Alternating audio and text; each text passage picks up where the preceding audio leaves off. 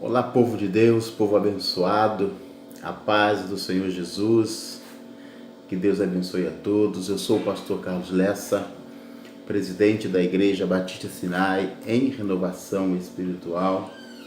Igreja esta que foi fundada por mim, pela minha família, há mais ou menos 21 anos, 22 anos atrás. E Deus tem nos abençoado de forma tremenda, de forma gloriosa.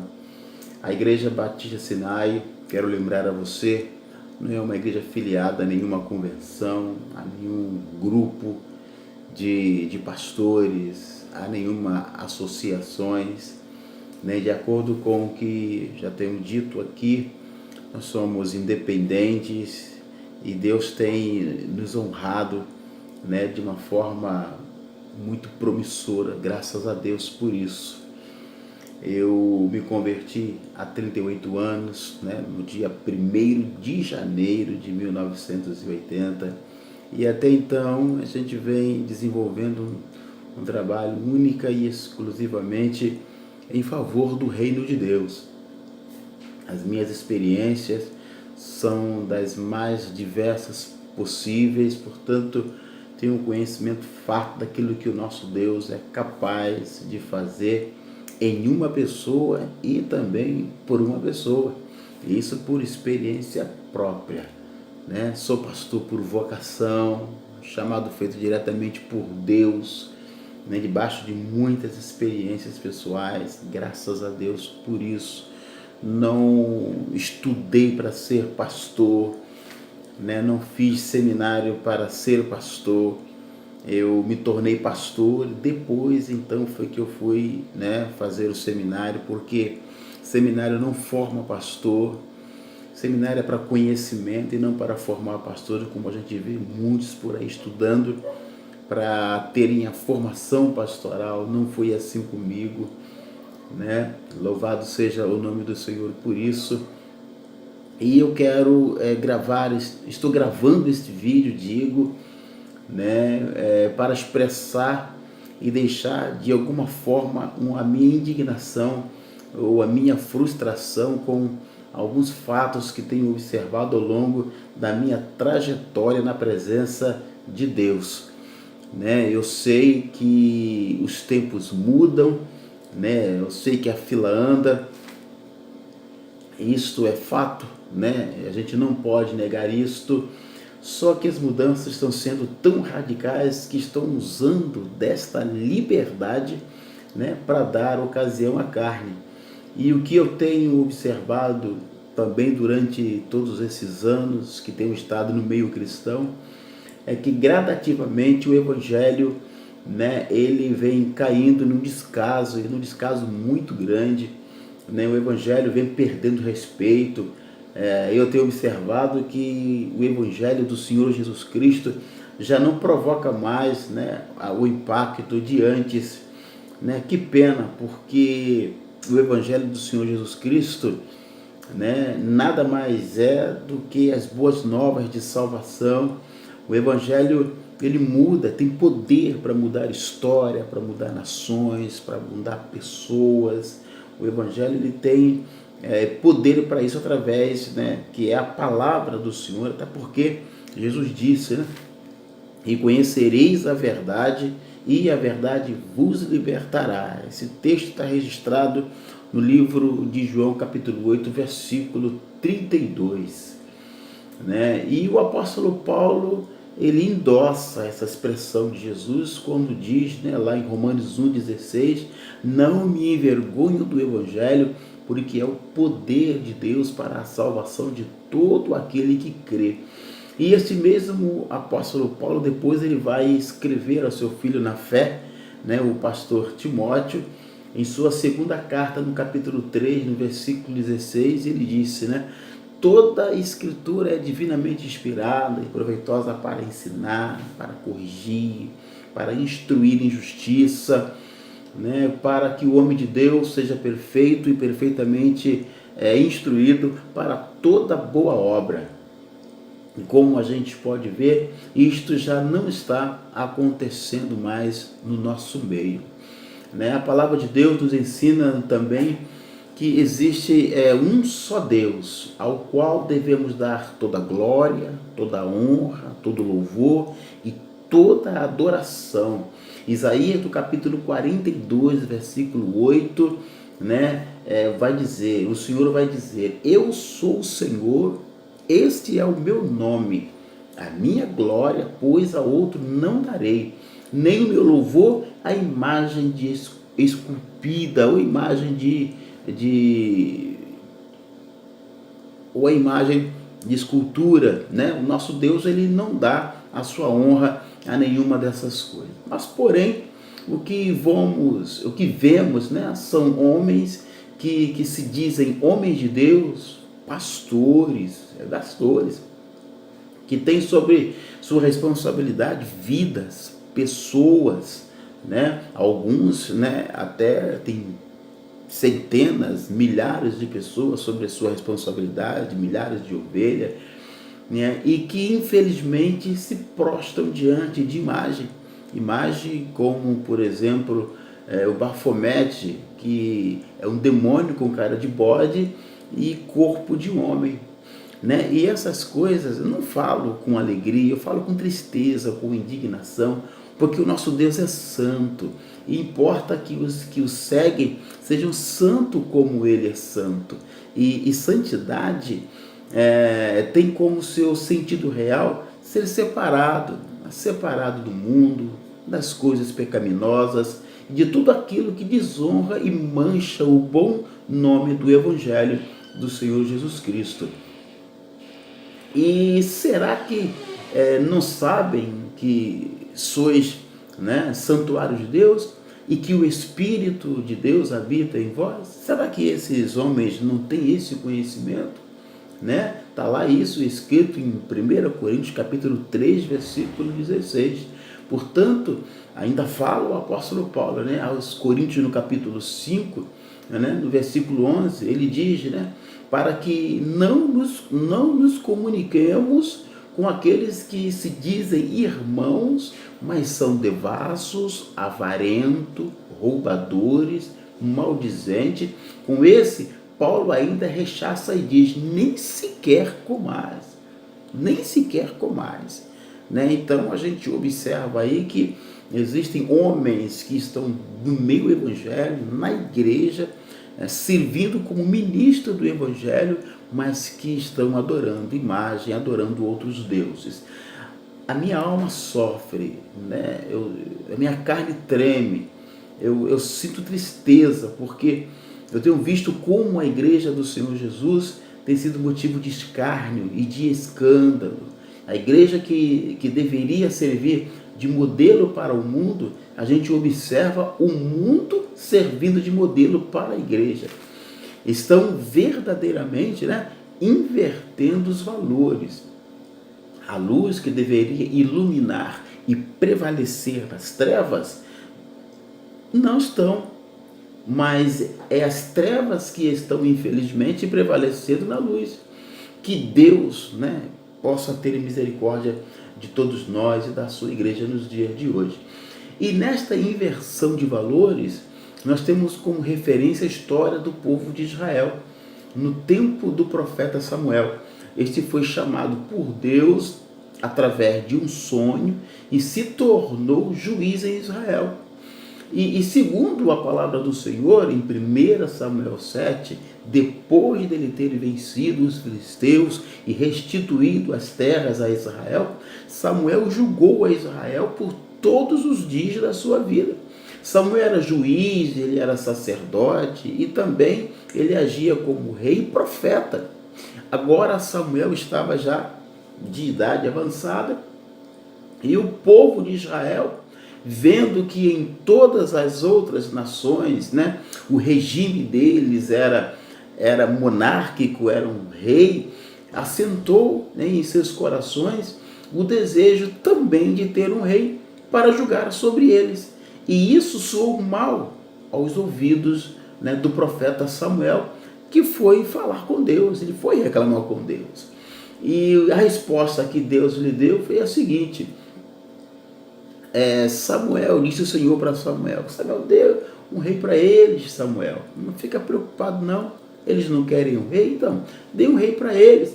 Por que, Samuel? Eles não estão rejeitando você, viu, Samuel? Eles estão rejeitando a mim. Não, Deus então usa diz essas palavras para Samuel. O que nós aprendemos aqui? É que a nação de Israel, que foi instituída por Deus para servir de modelo, né, para os povos, para as outras nações, fracassou. Agora, o que está acontecendo é que as outras nações estão servindo de modelo para o povo de Israel. Isto quer dizer que o que fazemos como povo de Deus já não faz nenhum efeito nos povos pagãos. Mas o que os povos pagãos estão fazendo é que está chamando a nossa atenção. E estamos desejando ser e ter o que eles são e têm. Conclusão: o mundo está entrando dentro da igreja, ou seja, já entrou. Né? O mundo entrou dentro da igreja. Isto é uma das coisas que me deixa indignado, me deixa triste, e eu quero deixar aqui registrado, em nome de Jesus Cristo, para que você possa pensar, né, refletir sobre a nossa condição de homens e mulheres de Deus, a nossa condição de igreja do Senhor, igreja do Senhor Jesus Cristo. A palavra de Deus nos diz com muita clareza, né? Será que como povo de Deus a gente não sabe definir o que é santo e o que é profano? Será que não sabemos definir entre o que serve a Deus e o que não serve? Será que estamos tão cegos a ponto de não sabermos definir entre a luz e as trevas? Será que estamos vivendo uma situação tão precária no mundo do evangelho que chegamos ao ponto de permitir que essas coisas invadem nossas vidas, nossas igrejas? Será? A gente precisa refletir sobre isso, né? Nós somos filhos de Deus, separados, somos santos, né? E dentre muitas coisas que eu tenho visto, eu tenho observado, que tem realmente manchado o evangelho, o que tem me deixado também muito indignado é o fato de eles introduzirem a maçonaria dentro da igreja. Será que não sabemos o que significa a maçonaria? O mal que isso nos traz? Desde quando o nosso Deus permite misturar os vinhos? O que se entende da maçonaria é que ela é uma sociedade secreta. Isso está registrado lá em Ezequiel, capítulo 8, versículo 12. Se o nosso Deus é transparente e tudo que ele nos ensinou por intermédio do seu Filho Jesus Cristo foi nos templos, nas sinagogas e nos montes, né? Inclusive está registrado em João 18, versículo 20, né? E aprendemos também no livro de 1 João 1,5 que Deus é luz e não há nele treva alguma. Então por que se submeter a uma sociedade secreta, se tudo quanto o nosso Deus faz é às claras, é para todo mundo ver? O que entendo é que eles não têm coragem de trazer os seus feitos para a luz, porque até dizê-lo é torpe.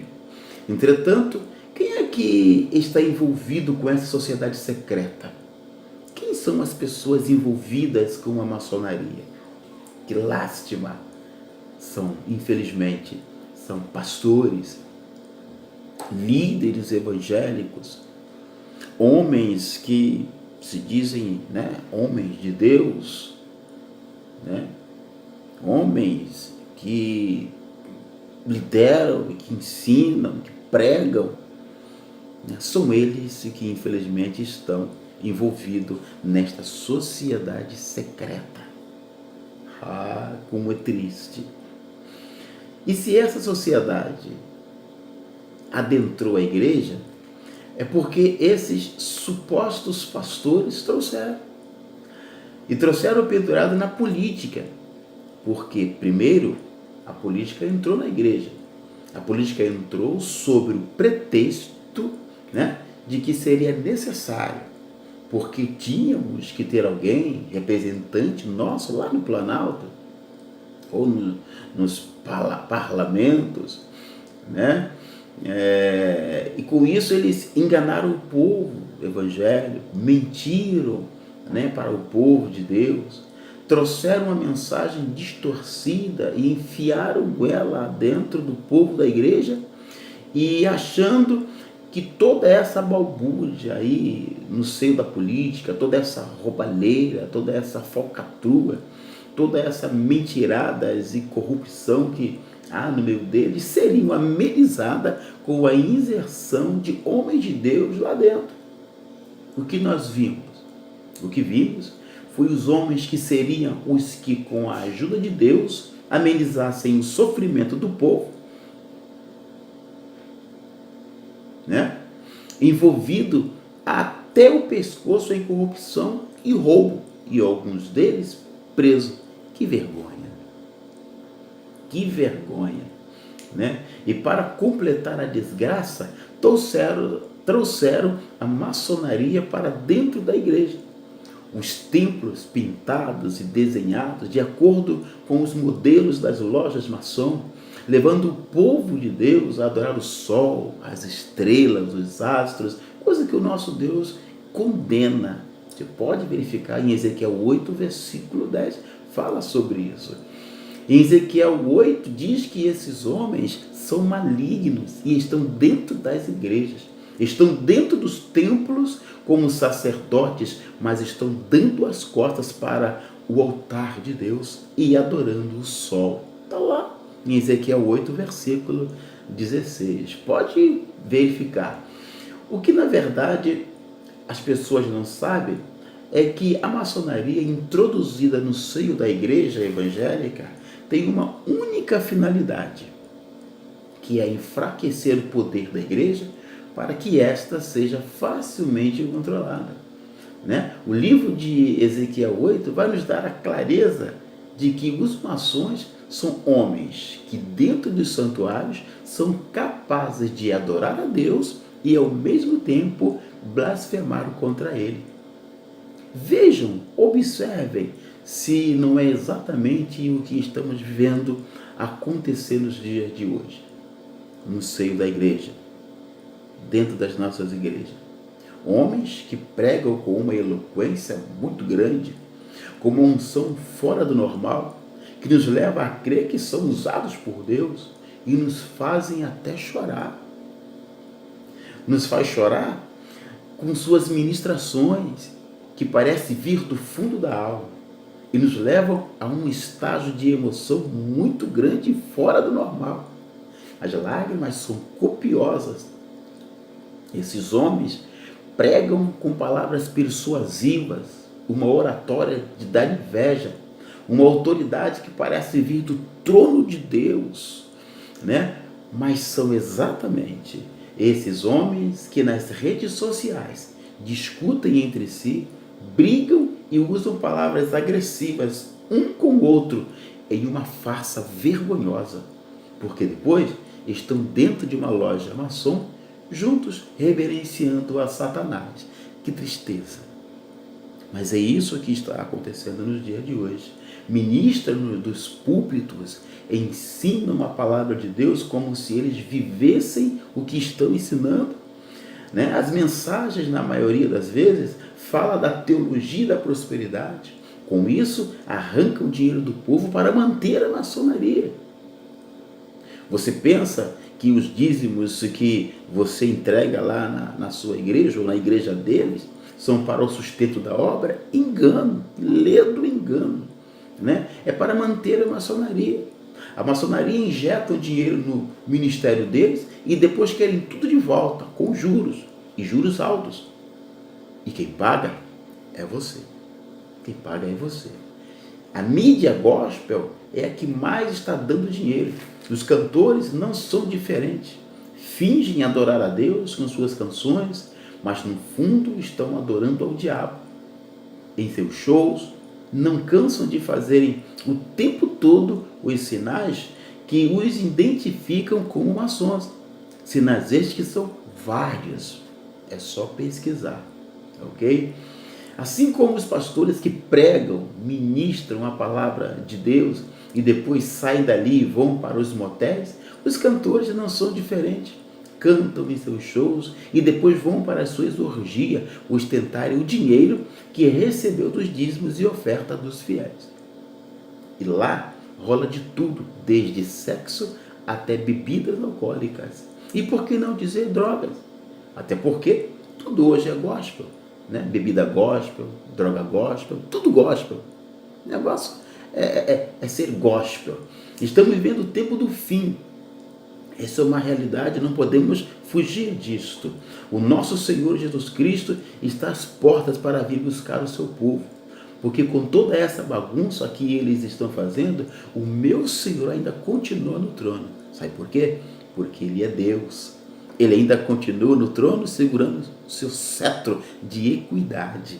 Esse é o nosso Deus. Aleluia. Mesmo me sentindo muito triste com toda essa vergonha, eu, porém, entretanto, fico mais perto de Deus. A minha convicção aumenta, pois tudo isso é cumprimento da palavra de Deus. Em 2 Pedro, capítulo 2, versículo de 1 a 3, nos diz assim: e também houve entre o povo falsos profetas, como entre vós haverá também falsos doutores, que introduzirão encobertamente heresia de perdição e negarão o Senhor que o resgatou, trazendo sobre si repentina perdição. E muitos seguirão suas dissoluções, pelos quais serão blasfemado o caminho da verdade. E por avareza farão de vós negócios com palavras fingidas, sobre os quais já de largo tempo não será tardia a sentença, e a sua perdição não dormita. Pode ter certeza que um dia todos eles vão pagar tintim por tintim de tudo isso quanto eles estão fazendo, né? O machado já está posto à raiz das árvores. E nós não podemos permitir que o povo de Deus continue sendo enganado por um grupo de pessoas que se dizem ser cristãos e estão envolvidos em satanismo. Ministram sobre nossas vidas, trazendo maldição sobre nós. Chega de mentira, chega de enganos, vamos dar um basta nisto. Não aceite ser ovelha de um pastor maçom. Ele está ministrando desgraça sobre a sua vida. Será que não percebe? Será que não vê o que está acontecendo entre nós? Nossas igrejas estão frias e sem o desejo de servir a Deus. Não percebe que aquela ideia de que somos família de Deus está sendo colocado de lado? Está virando algo ultrapassado? Não está percebendo? Os crentes se sentem melhor na companhia de pessoas do mundo do que na companhia do povo de Deus. Se sentem bem mais acompanhados lá com eles, né? Com o mundano, do que a eclésia, a comunhão do povo de Deus junto. As nossas vidas estão sendo invadidas por mensagens subliminares, que vêm acompanhadas com as músicas e com mensagens ou pregações que supostamente seria de Deus, mas não são. Prestem atenção nesses homens ou nas mulheres que sobem nos púlpitos para ministrarem. São verdadeiros sepulcros caiados. Por fora estão lindos e maravilhosos. Suas palavras são lindas e maravilhosas. Até nos emociona, mas por dentro estão podres e fedem como cadáveres em decomposição. Chega! Aleluia! Olha o que Deus nos diz na sua palavra. Ai de vós, escribas e fariseus, hipócrita, pois que são semelhantes aos sepulcros caiados, que por fora realmente parecem formosos, mas interiormente estão cheios de ossos mortos e de toda imundícia. Assim também vós exteriormente pareceis justo aos homens, mas interiormente está cheio de hipocrisia e de iniquidade. Está lá no livro de Mateus capítulo 23, versículo 27 ao 28. Que o Senhor tenha misericórdia de nós nestes tempos difíceis. Mais do que nunca, devemos nos posicionar ao lado do nosso Cristo, com o coração adorador, porque os tempos são trabalhosos. Vejam só o que nos dizem as Escrituras Sagradas. Mas o Espírito expressamente diz que, nos últimos tempos, apostatarão alguns da fé, dando ouvido a espíritos enganadores e a doutrinas de demônios, pela hipocrisia de homens que falam mentiras, tendo cauterizada a sua própria consciência, proibindo o casamento, é verdade, e ordenando a abstinência dos manjares que Deus criou para os fiéis e para os que conhecem a verdade, a fim de usarem deles com ações de graças. 1 Timóteo, capítulo 4, versículo 1 e 3. E na segunda carta de Paulo a Timóteo, ele ainda diz: sabem, porém, isto, que nos últimos dias sobrevirão tempos trabalhosos, porque haverá homens amantes de si mesmo, avarentos, presunçosos, soberbos, blasfemos, desobedientes a pais e mães, ingratos e profanos, sem afeto natural, irreconciliáveis, caluniadores, incontinentes, cruéis, sem amor para com os bons, traidores, obstinados, orgulhosos, mais amigo dos deleites do que amigo de Deus, tendo aparência de piedade, mas negando com a eficácia dela. Ou melhor, mas negando a eficácia dela. Desses, Timóteo nos orienta. Paulo, quando escreve a Timóteo, nos orienta. Desses, afasta-te. Afasta-te. 2 Timóteo 3, versículos do 1 ao 5. Afasta-te. Um grupo de homens que se dizem irmãos, mas são devassos e mentirosos e enganadores. Afasta-te. Sai fora dessa gente. Aleluia. Deus tem coisas muito melhor para você e para a tua vida.